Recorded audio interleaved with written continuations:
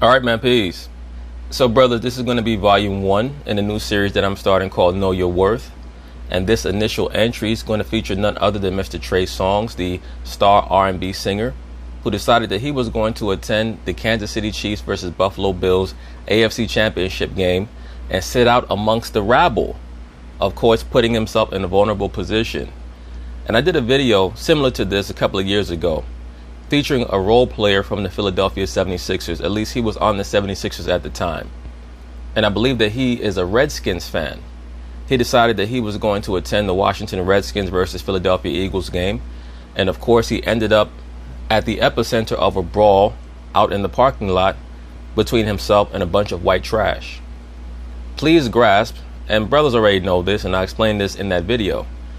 If you go to a football game, you're basically going to be probably one or a member of the 2% of people in the stadium that are of color in the crowd. The vast majority of people that attend these events are going to be Caucasians because that's a religion for them. Football is a religion for a certain demographic of so-called Caucasian in America. So just as a regular so-called black person, when you decide to attend a game, please grasp that you're probably going to be putting yourself in a highly racialized environment, especially at a football game, which is outdoors and is going to have anywhere from 50,000 to even 90,000 people. At some of these college stadiums, it's 120,000 people. So that was mistake number 1 from Trey Songz. And then on top of that, he's famous. So many people in the crowd recognized him because we know that younger Caucasians, they tend to listen to so-called black music. So, of course, he's going to be the focus of a lot of diatribes and, a lot of trolling, so on and so forth. So you're putting yourself in a compromised position just by going there. But that's the trade-off for fame. I'm not going to shame him and say, why was he sitting there amongst regular folk? Why didn't he have a better seat? Because I don't know what his financial situation is. A lot of these performers and so-called artists don't make the money that you think that they're making. Especially now in the aftermath of the COVID-19, or really in the midst of the COVID-19 pandemic. Most of these recording artists, so-called celebrities, etc., they're really starving for cash, especially the musicians, because they make most of their money touring. These recording contracts that they have are almost the exact same contracts that artists were signing back in the 1930s. So they don't make a lot of money from record sales or even downloads. They make most of their money in the tour. And you can't tour right now. So that would explain, at least to a degree, why Trey Songz will be sitting amongst the quote-unquote common folk at the Chiefs game. But that doesn't explain why he would make such a bad decision, because even if he's compromised monetarily, one would think that he could have called in a favor with one of the Chiefs players and gotten a seat amongst the VIP. Either way, we have to know our worth and understand our value. And it's also a lesson about those who seek out fame and notoriety. To me, it's just not worth it. I've never understood people who want to be famous other than the groupies. I mean, other than the coochie that you're going to get, what's the point of being famous? You get a few perks where you can maybe eat at a restaurant for free, or, go to a movie for free, or get into a club for free. Things of that nature. But other than that, is it worth the trade-off of having everyone and their mother act like they know you and act like you owe them something? Is it worth all that? I don't think it is. So anyway, they're going to talk about it. I'm going to chime in. We're going to start off with another big fight that went down on Sunday at Arrowhead Stadium in Kansas City, where Trey Songz, Trey Songz, Mr. Steal Your Girl, Bottoms Up. He's a huge... Bottoms Up, a very craftily coded song for Mr. Trey Songz, acknowledging that he's probably a quote-unquote bisexual, allegedly. Music star. I mean, this guy's a massive superstar, and he was in the stadium at Arrowhead on Sunday watching the Chiefs play the Buffalo Bills when he got into a physical altercation with a security officer, and at one point he socked the guy in the face and put the security guy in a headlock. And we have video of the whole thing about. Honestly, Trey Songz is very fortunate to be alive. Very fortunate to be alive. This dude out here trying to hook off on cops, putting them in headlocks and shit, the brother's really very fortunate to be alive right now. See it right there. Right, you're looking at right there. That is Trey Songz with the security officer in the headlock while surrounded by fans during the AFC Championship game. And that's where his pride got the better of him, or the best of him per se. And that happens to a lot of us as so-called black men. Sometimes pride is a good thing, Sometimes pride can get you into very bad situations. Supposedly, according to the official version or rendition provided by the police or security in the arena or the stadium, they told Trey Songz that he should leave because he refused to wear a face mask. How true that is or not, who knows? But if someone tells you that you should wear a face mask, but you're still so proud that you want the security officer to speak to the people who were trolling you, that could lead to a very bad situation. I'm already on record as saying I don't even think that most so-called black people should be going to most of these games. I just don't see how it's worth it. The at-home viewing experience is so good, especially with 4K and now 8K televisions. You're in the comfort of your own home. What's really the point? Unless you're going with family members, to support another family member, something like that. Again, most of the people at the stadium are going to be desperate Caucasians who look at football like a religion. You're almost asking to get into bad situations. The question you're probably asking is, what the hell happened? There are two sides of the story. I'm going to tell you both sides. Here's side number one. We spoke to... Look at Trey Songz acting like he's going to choke the dude out. Including the people who shot this video, who tell us that Trey was being heckled by a bunch of people who were sitting behind him, and that the officer in the area, the security officer who was in the area, was getting sick and tired of Trey. He thought it was Trey who was the one who was kind of initiating the altercation, and then went over to Trey and got physical with him off the bat. And we're going to go sign up on this, and you can hear people in the crowd there yelling at the security officer, "Hey man, it's not worth losing your job over. The people in the crowd who were yelling at the security officer are probably the same people who were trying to, to inflame Trey Songz with their trolling tactics and a lot of the little jibes and insults. That's normally how it works. The same people who talk all that shit and try to provoke altercations are the ones that when the police come want to act as if they're the peacemakers. Anything wrong, while Trey has this man in the headlock. After we go sign up, I'm going to tell you what the cops are saying, and you can decide for yourself. But let's go sign up real quick.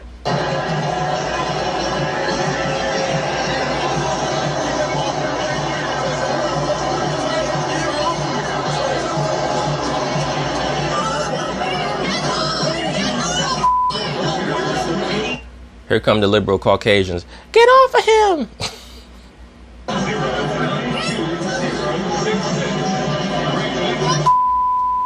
Yeah. So this went on for several minutes. You can see the local sheriff's deputies were there and actually provided backup for the officer who was in the headlock. Ultimately, they arrested Trey Songz.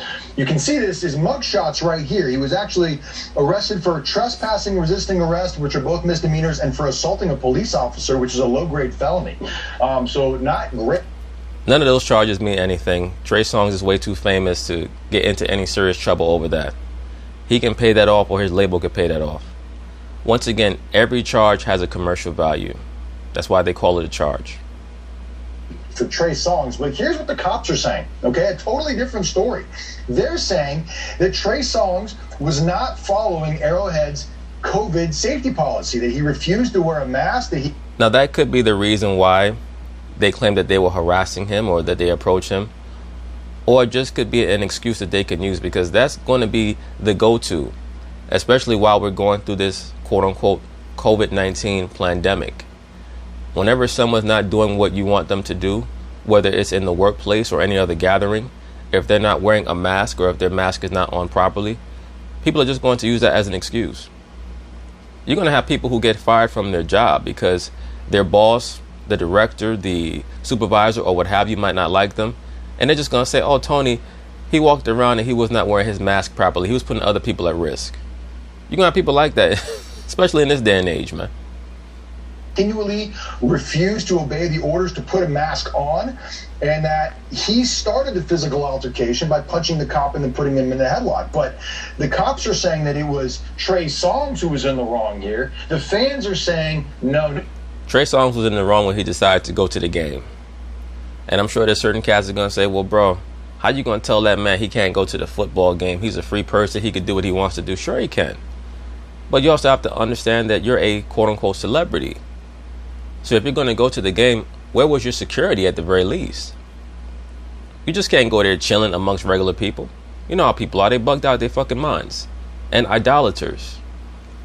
It was the cops who crossed the line. But the bottom line is, you can see for yourself that Trey seemed to be in control of the situation when the altercation kicked off, at least initially. I'm not quite sure about that. I'll give him credit for being in control of the officer's neck when he had him in that damn chokehold. Backup arrived. What the hell, man? Okay, I'm glad you laid that out, because I had seen this video before you laid it out like that, and I didn't know what was going on. And now, having heard the police officer's excuse, I don't buy it 1 second. What? Are you kidding? So you're telling me that everybody in the arena, they were tackling them and trying to make sure that they wore a mask? And I wonder how many people of these drunk fans did they arrest that didn't have masks on? So if that was their reasoning, I was hoping that, I didn't know what happened, but if their reasoning saying they were sick of Trey not wearing his mask, no way. Like, there's just no way, because I can imagine that there were a lot of people at points in time not wearing masks. So were the cops going? Well, we're looking at Trey right now, and he does not have his mask on. So who knows? It could just be a pride thing. A lot of niggas will die over their pride. Now, when I say he doesn't have it on, I'm not saying that he does not have a mask, because it appears that he has something up under his chin.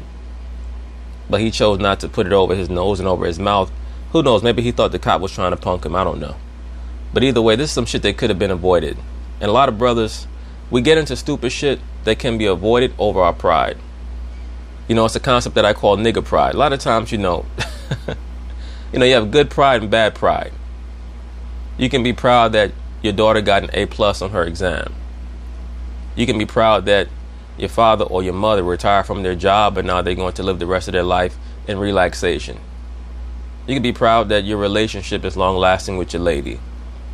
But there's such a thing as nigga pride. Nigga pride, as I define it, is when a nigga knows that he's wrong, but he still wants to keep going. And niggas know when they're wrong, but sometimes they just want to keep going because of their fucking pride, and they got to show that they're not going to let this other person, quote unquote, sun them or punk them. And sometimes we have to take low just to keep it moving. There's so many good dudes dead or in prison because of nigga pride. That to everyone? Yeah, here's what I think is going to happen moving forward here. I think that the police are really upset that this was captured on video, because I think everybody just wants to sweep this under the rug and move on with their lives. And the reason I'm saying that is because it's a lose-lose for everybody here, right? I mean, the point you made is a valid point. I'm sure there are other people in the stadium who weren't wearing their masks. And not that it makes it okay that he isn't, but that was blown way, like, that altercation was not a, hey, put your mask on altercation. Right. But you're going to... No, it wasn't, but that's going to be the excuse that's used. Especially when you have super liberals dominating the overall national consciousness, focusing on the mask. Now, supposedly, you should wear 2 masks now. Who the hell knows what might happen? By the summertime, they might say, wear 5 masks and you'll be totally impervious to the COVID-19, to the COVID-19 virus. Forced into a situation where you have to take some kind of action against Trey Songz now, because you can't have this video showing somebody at a stadium putting a security officer in a headlock and punching him in the face. I mean, because that's what we're looking at right now. And you can't have... This brother's very lucky he didn't get tased, clubbed, or shot. Well, I guess because there's so many people there, and it was at a nationally televised event, that gave the cop reason to show more discretion, or the security officer reason to show more discretion. He might not even have a gun. Who the hell knows? Might just be a damn flashlight cop. It's moving forward. You can't send this message that, like, oh, you can put your hands on a cop, physically restrain a cop, punch a cop, and there will be no consequences. I think that... Oh, no, he got a gun. I see it right there. That's why prosecutors now are kind of in a pickle, because, like I said, in theory, they just kind of want to be like, you know what, let bygones be bygones, everybody goes their separate ways. But you can't when it's a... Trey out there putting motherfuckers in sleeper holes. I think. Well, I think it's going to be interesting because we do know that Trey Songz, he's rich. So I say that... Allegedly. You don't know that. You have no idea how much money that dude makes. Most of these artists are broke. They're constantly being loaned money by their label. You have no idea how much money that man has or doesn't have. Don't assume that he's rich. That's that groupie thought process. She's a lesbian, but she's still a groupie. he can afford the best lawyers. He can afford, there's a video there. There's people that you said that shot the video that said that Trey Songz was in the right. So I don't think it's going to be as simple as, oh yeah, we're the cops and we should. This is the climate of America right now. This is not ideal for these cops. Like, it's just not ideal because, like, what do you think? Like, do you think that Trey Songz has a case? I think you're right. I think this. How would you know what case Trey Songz has until we get down to the particulars of what led to this event occurring? How the police officer approached him and how he responded, and what was the reason why the police officer encountered him or approached him in the manner that he did. We have to wait for more facts to come out. But we can't go according to the super liberal notion of optics. With them, everything is about optics. We have to get to the facts. I think that Trey is going to fight this because now there's a mugshot out of him. There is a video of him with a cop in a chokehold. He needs to fight this as hard as he can. Ultimately, the eye in the sky don't lie, and that's what we're going to need to see it. Videotape. But anyway, once again, brothers, we have to know our worth and understand that certain things are just not worth the breaking of our peace. How much do we value our peace as opposed to the nigger pride of showing someone that you're not going to punk me? And don't get it twisted. There are situations that transpire where you cannot move from your square. You have to let people know you're not going to disrespect me in that way, because there's a lot on the line when it comes to what you're trying to do. But a situation like this, it would have behooved Trey Songz to get up and leave the stadium. It would not have been worth all of the drama, because you never know what could have happened. He really could have got killed or hurt. But anyway, peace.